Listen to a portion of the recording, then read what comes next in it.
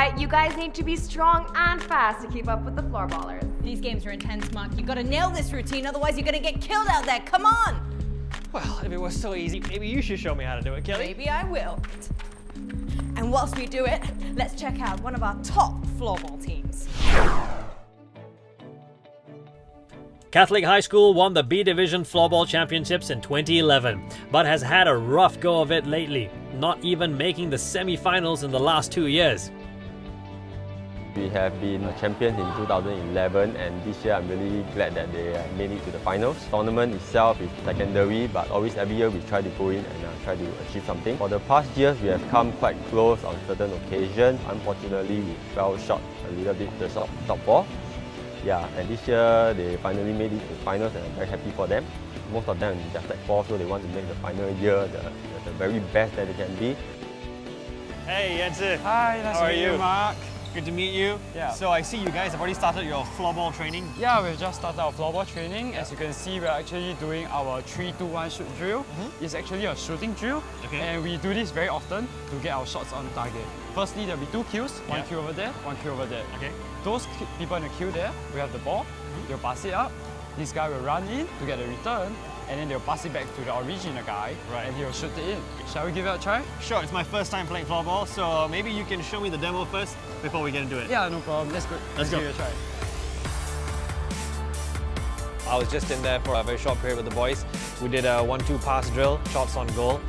What I can see is that you need hand-eye coordination, good agility, good speed in order to play this game fast. There's a lot more to the game than I have experienced today in that short amount of time. I think it demands more flexibility and speed than hockey, but I think hockey requires a lot more stamina, endurance. Also, you're open to the elements. This is indoors, and the risk of injury is also, I feel, much more reduced with floorball as compared to hockey. If I were to join their full training regime, I'm sure it'd be tiring, because the boys have told me what are the kind of sets, cardio work that they do, and so on. One thing I took away about the boys is that they've got a very strong bond with each other, and they actually, even when you ask them simple questions, they try and work it out amongst themselves, and they have their own pecking order and their own way of sorting out their hierarchy and how information should be communicated. I think this really comes across with good team play. They have good communication with each other, and you can see that also when they're training. They're able to pass the ball, connect the ball onto the shots, onto the goal with each other.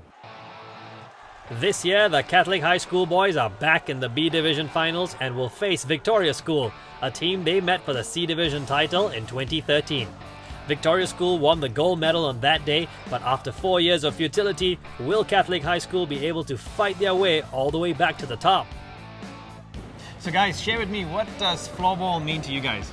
Well, floorball is not just a mere CCA, it's something that we have spent lots of time together, and this helps us build bonds together. And through these 4 years, we have become not just mere CCA members, but brothers instead. So going into the championships, what are your confidence levels like?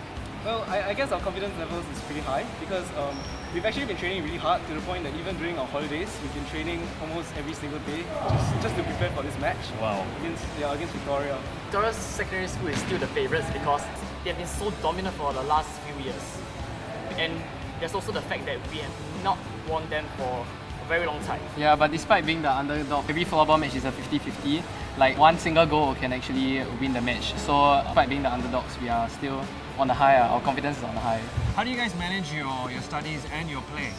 I guess it's most important that we have to actually plan everything out properly. A lot of it also is down to self-discipline, which we would have actually trained through the years of playing floorball, to train to endure, even though it may be very tiring at times, to train to actually be patient with one another. I guess all this is what we have learned through floorball, and it really helps us with our life, dealing with homework, with studies and school and everything else. So are there any floorball icons or heroes that you guys look up to?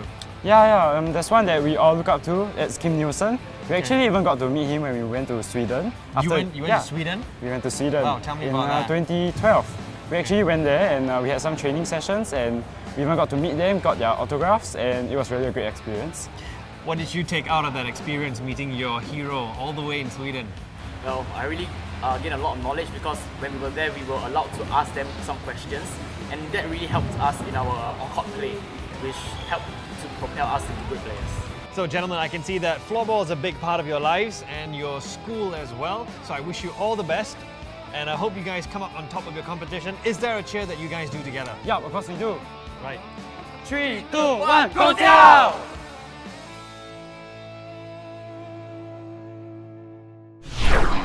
The last time the boys from Catholic High School and Victoria School met in floorball in the National School Games was 2013, when the two schools deadlocked in the C Division finals 9 apiece. VS won that championship on goal differential. The two teams meet again in the finals of the B Division, and Catholic High is not looking for that to happen again at the National Inter-School Floorball Championships 2015.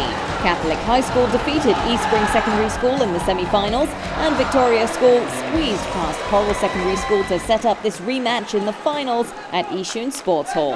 CHS plays in red and VS wears yellow. The game is only 4 minutes old when Ali Mohammed Noor sweeps in a goal for Victoria School. The defences for both teams take over, and scoring chances are scarce. Victoria School intercepts a ball and sprints down court to add another goal, but is unable to penetrate the Catholic defenders. CHS works purposely into scoring position and puts the ball into the net to tie the game.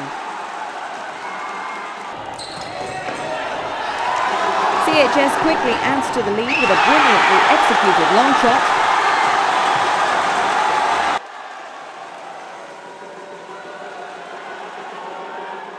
Using fancy stick work, Catholic High ups the lead to 3-1. Ali Mohammed Noor scores again to reduce the deficit to a single goal between these evenly matched teams. Catholic High School answers the challenge with another goal. And finally, take their long-awaited championship. Everyone gives their 100% on court, and we all have no regrets. So even if there's mistakes or what, it doesn't matter because we know that we have given our 100%. We knew we had our chances, just that we had to continue, just keep trying, and in the end, we managed to convert and score. So I think the spirit of us never giving up is just something very commendable in my team. Catholic High School finishes first, Victoria School comes in second, and Coral Secondary School takes third place.